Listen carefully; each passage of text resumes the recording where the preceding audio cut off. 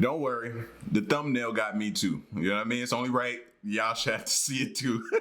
But this next video we're gonna get into, man, is Astronaut spent 12 months in space, and that's what happened to him, right? So, not the thumbnail. It didn't. I don't think that happened to him. But anyway, think about it, man. A lot of times we're so fascinated with the discoveries, everything we're seeing in space, myself included, that we forget about the people that put their lives on the line to go to space to obtain this information and data that we're seeking. So if you know an astronaut, man, tell them thank you for everything they do, as well as scientists as well, any NASA employee, anybody that's affiliated, man, tell them thank you for what they do, because they really are innovating. They really are pushing it to the max, especially the astronauts, bro. So this one is saying an astronaut spent 12 months in space. So we're going to check it out. If you're new, you know what to do. Hit that subscribe button, join the fam. Here we go. We all know that only the most physically fit people with perfect health indicators can be accepted as astronauts. However, as it turned out, after going into space, everything changes. Many astronauts make it back to Earth from a space station and die young. So space appears to negatively... Whoa, catcher. You heard that? Many astronauts who make it back from space die young. Die young. That's insane, man. What is it doing to your body, though? Space station and die young.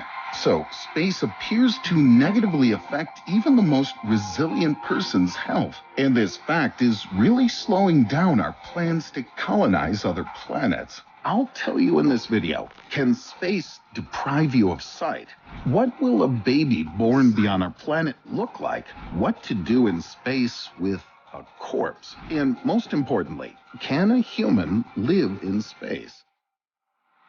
Yes, that's the million-dollar question. Be prepared for the fact that even the journey to a space colony or colonized planet will cause you injuries. In the first 10 seconds after takeoff, you can faint and even suffer from vision loss. This is the result of blood draining from your head.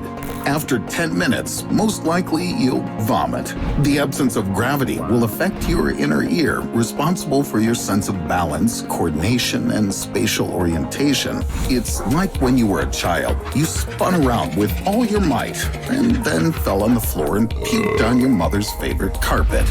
Next, the process of fluid redistribution in your body will be disrupted and you'll get plump.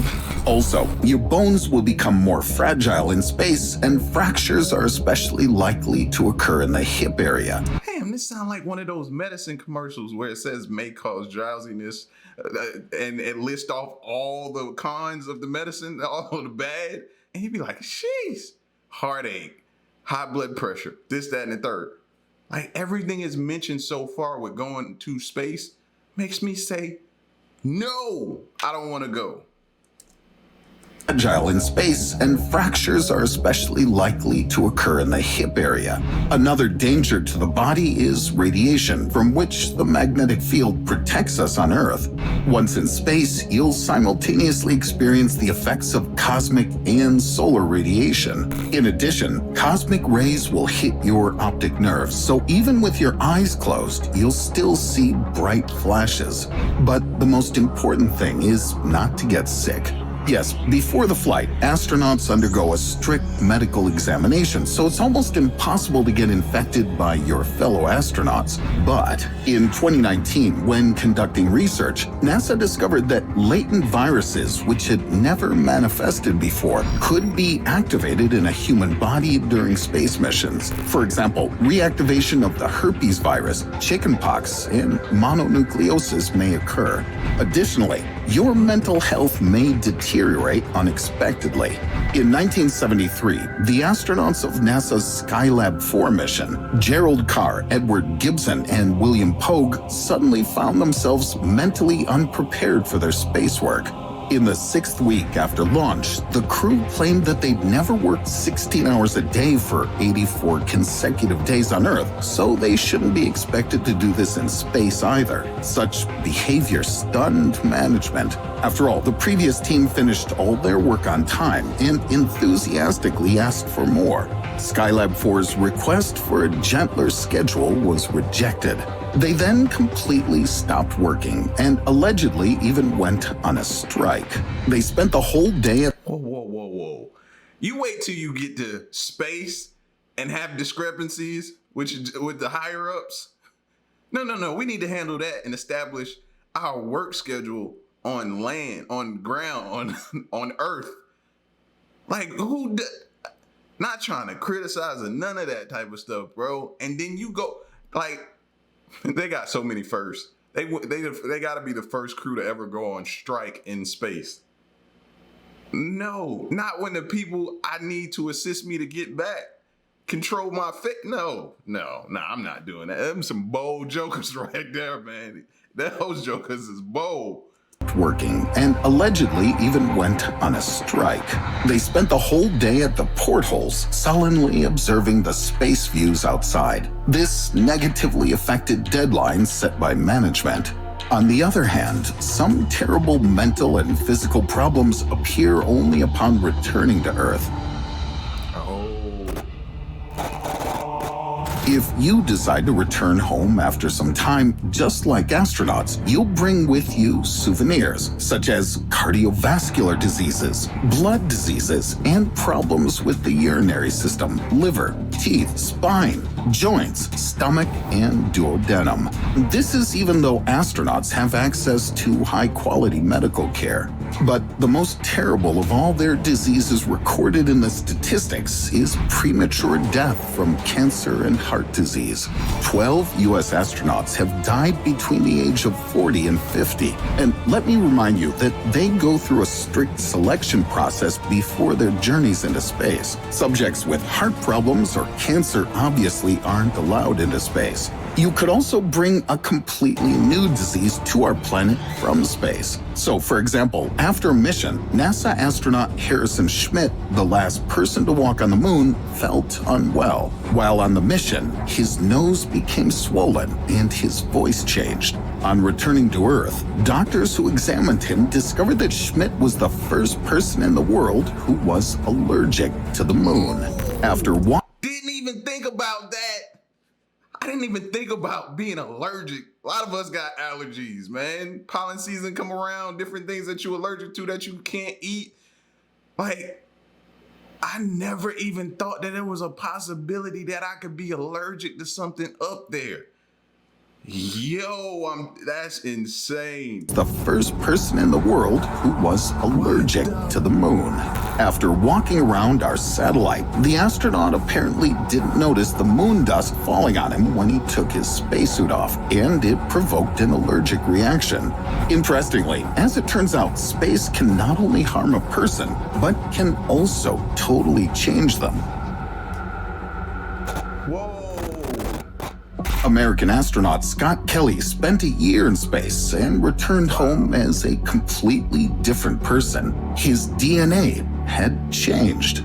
NASA conducted some research that revealed that 7% of Scott's genes hadn't returned to their original form. How did they manage to figure this out, you might ask?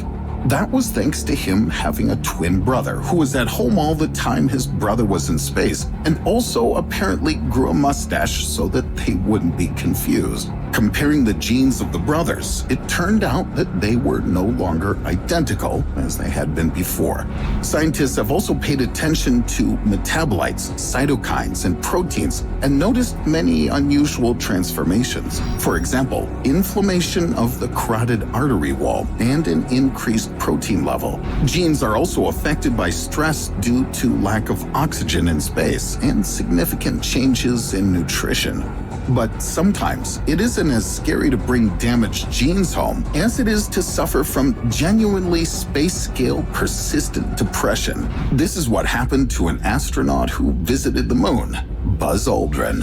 After returning home, Aldrin's career at NASA came to an end. It was difficult for him to accept the fact that the most important event in his life was now behind him. He had no other goals comparable in importance to the flight to the moon. So Aldrin began to abuse alcohol. His marriage fell apart, and he even began to have problems with the law. One time he was even detained drunk for trying to break into someone's house. And it's crazy, man. And they found that statistically with a lot of like soldiers when they come home and stuff like that, bro.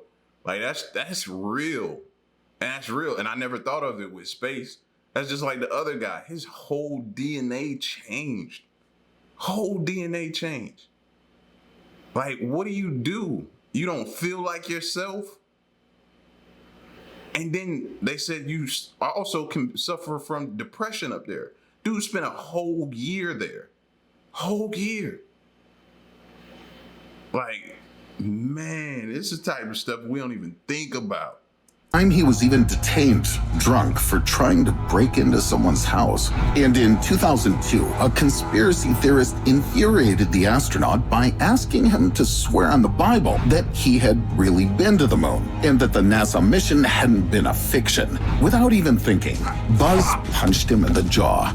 In 2018, Aldrin passed a lie detector test to confirm that he had seen an alien craft during a mission. So that allegedly turned out to be true. Now, the former astronaut goes to various shows, and by the way, dresses really cool for his 92 years. As you can see, space can significantly change not only your genes, but also your life.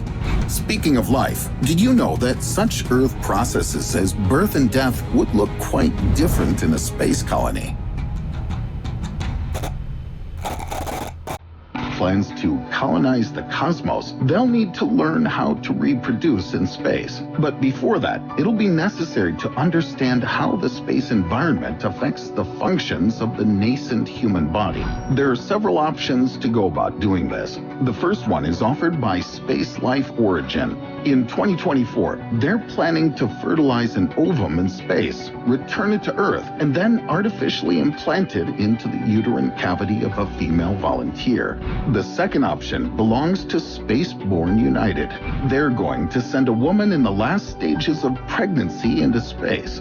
To become a participant in the program, you must have experience of 2 flawless deliveries and high natural resistance to radiation.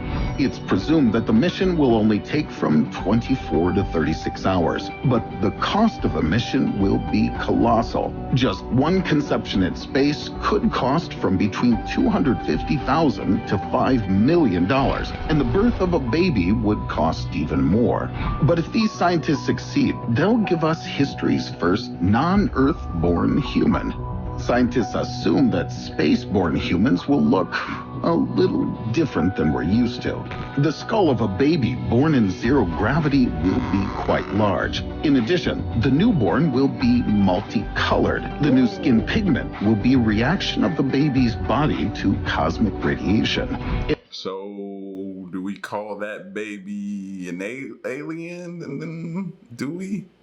Oh man, what would postpartum depression be like during that time, after that pregnancy? And what about death on another planet or in space? Let's start with the fact that burying a corpse in the ground as on our planet isn't an option. A dead body is a reservoir of bacteria that could spoil the new planet's soil. If you throw a corpse into outer space, it will likely freeze and drift there forever. Or it could be attracted by some planet, star, or comet. If you throw a corpse out of a space shuttle, it will be pulled behind it. A heart attack for the crew is guaranteed. Under any of these scenarios, the best option would be conventional cremation or the opposite, freezing the corpse with liquid nitrogen and grinding it to dust. It would be as if you never existed. Write in the comments, would you like to try to live in space? Or maybe you're exactly that perfect female volunteer who wants to give birth off of our planet. And if you're Buzz Aldrin, I'd like to say that you're really cool and you're still a star for all of us. Instead of punching conspirators, contact me and together we'll make a cool video where we'll defeat them with facts, not fists. Yeah, agree. I agree too. He's cool. I don't know why I feel like there's some women that would take that chance and have a birth in space. You know, when it comes to people being the first and wanting to do it, a lot of people will do that stuff. But I heard enough in this video for a lot of these things to make it a no. You know what I mean? How they say it on Shark Tank. For that reason, I'm out. I'm good. I don't want to do it. You know what I mean? But yeah, this one, wow. Wow. Y'all get at me in the comment section, man. Let me know what you thought of this video, bro. And stick around and stay tuned, man. To the next one, I'm gone. Peace.